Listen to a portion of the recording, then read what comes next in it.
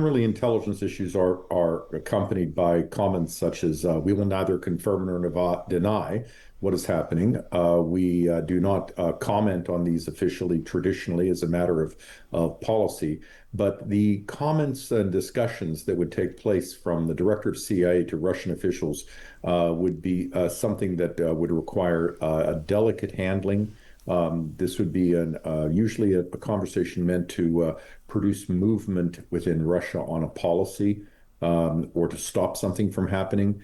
And this is not a type of information that you would want to have in the press to become a political football. Something of a mystery unfolded over the course of today, and I can report at 11:15 that much of the story remains a mystery. It began with reports that a US military plane had landed at a Moscow airport this morning. Then came news that Trump administration officials had last week requested that Kyiv not strike Moscow, St. Petersburg and northern regions of Russia with its long-range missiles and drones on Monday, Tuesday and Wednesday, presumably for reasons of preserving the safety of that US military flight.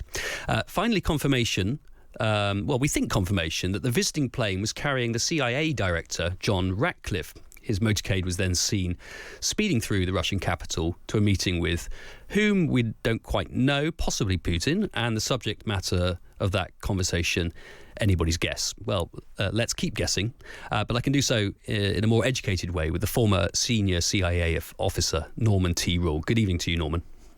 Good evening to you. Thank you for joining us. What are the theories for why John Ratcliffe was in Moscow? Well, I think we need to begin with, if this story is correct, it has not been confirmed by the administration. Director Ratcliffe is a serious individual. He is trusted by the president. He has stayed out of politics, and he has done credible and important analytic and collection work in the community. So first of all, we have a trusted individual. Second, CIA directors rarely visit Moscow, and when they go, it's for very consequential purposes. So the likely reason it could range from warning Vladimir Putin against an attack on other countries. It could be delivering a harsh message on sanctions related to Iran and Russia's support for Iran. It could be some sort of event that requires a very frank and candid conversation between senior officials that are not involved in politics, but who bring hard information behind their issues. So this is a consequential visit. Well, I mean, then is it not a bit of a surprise that the US administration won't confirm whether this visit took place? Because there was no attempt to particularly do this covertly, as his predecessor did back in 2021. What do you think is prompting the reticence by the US administration to even confirm or deny whether he was there? Generally, intelligence issues are accompanied by comments such as, we will neither confirm nor deny what is happening. We do not comment on these officially, traditionally, as a matter of policy. But the comments and discussions that would take place from the director of CIA to Russian officials would be something that would require a delicate handling. This would be usually a conversation meant to produce movement within Russia on a policy or to stop something from happening.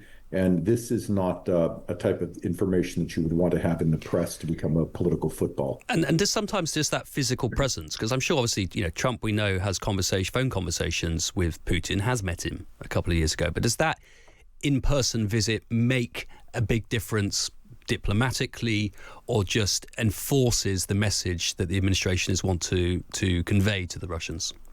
It's of vast significance. The presence of the head of an U.S. intelligence agency brings credibility, force, personal the pressure from a leader.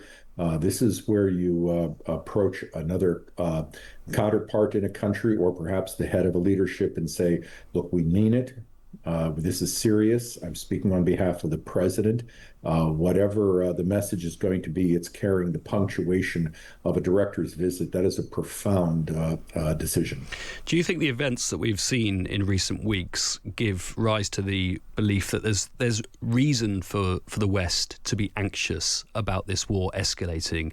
There was, those reports of drones discovered in a German airport, presumed perhaps to come from Russia. Has that escalation on Russia's part and its threats towards the West been increasing of late? Is that your assessment too?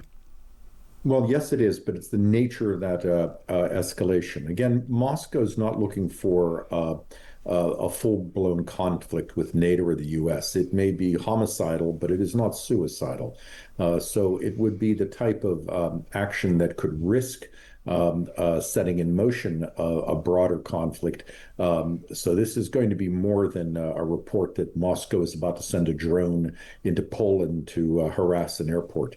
That's not why you would put the director of Central Intelligence on an aircraft. The C-17 aircraft, the US flight, left Riga in Latvia early in the morning. Is there any significance about that strategic position country in the east of Europe? It's possible that is a refueling site, but it's likely meant to convey the close relations between the United States and our Baltic partners, which have been quite close. These are important and serious professional intelligence and policy partners for the United States on national security issues. And that stopover will certainly be a message to President Putin that the U.S. Is keeping its friends close. If I could lean on your expertise, Norman, to also now just discuss with you briefly the subjects of Iran and the sanctions, the economic D-Day that Trump has threatened to impose on them. Do you believe those economic sanctions could actually change the picture in Iran?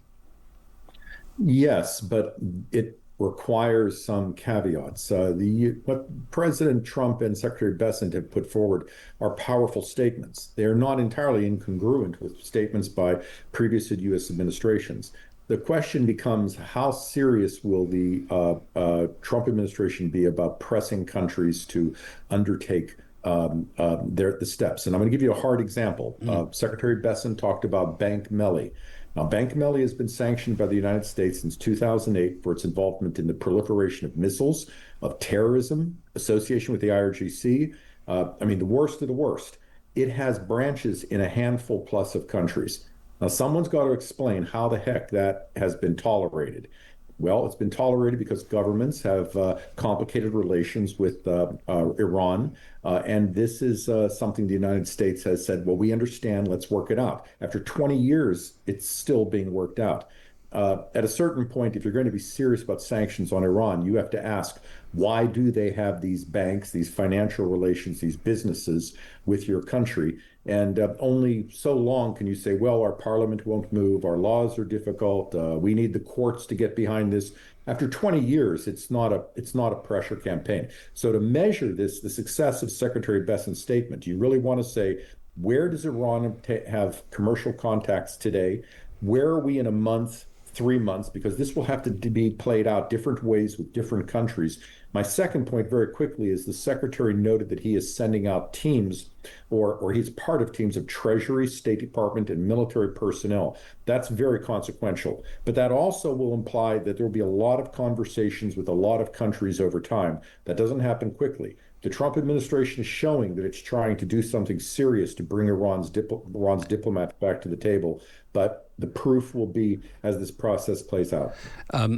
Finally, and briefly, we know that the biggest consumer of the Iranian oil is China, and they've been very clear that they vow to protect its interests if the US and the approach the US are taking towards the tariffs. So is this going to actually have much effect in Tehran when it knows its key buyer, China, is likely to going to continue taking their oil regardless of US threats?